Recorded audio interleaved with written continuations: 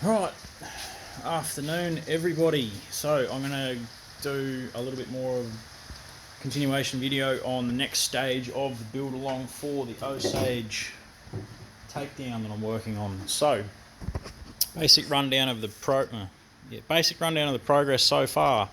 I have chased a ring on this back stave. So I trimmed the end. There was a photo went up on Instagram the other day of the end of the log to have a look at the rings on the end of it. So I've actually gone through and chased down to a single growth ring on this, the more bent of the two billets. So this is a really heavy reflexed one. Did that earlier today. So next stage will be similar process on this billet, and I'll give you some little tips and tricks and pointers and things. But first, I would like to clear up a misconception. You read any American bow making book where Osage is a native, they all say remove the sapwood, right? Anyone that's actually ever tried taking sapwood off Osage knows how tough it is and how strong it is.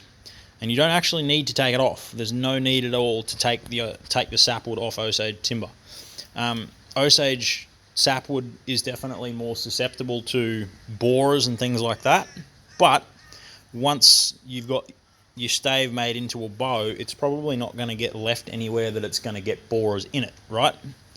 And they're certainly not going to want to touch the wood after it's got oil poured in it to finish the bow. So you can leave Osage sapwood on and you get a beautiful two-tone.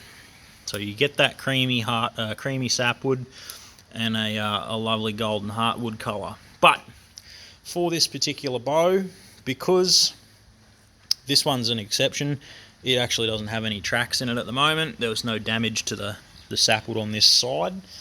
The other log, so this log, it actually had some pretty bad worm tracks through it and it was pretty crumbly, so I took the sapwood off that one. I'm going to take the sapwood off this one to match it, just to make the bow look a little bit nicer. The thought did cross my mind to leave it on one half of the bow and take it off the other half of the bow, so it looked like someone had stuck two different halves of two different bows together, but I'm not going to do that. I might upset some people if I did that, doing that kind of silliness. So Lexi's come to join us in the workshop.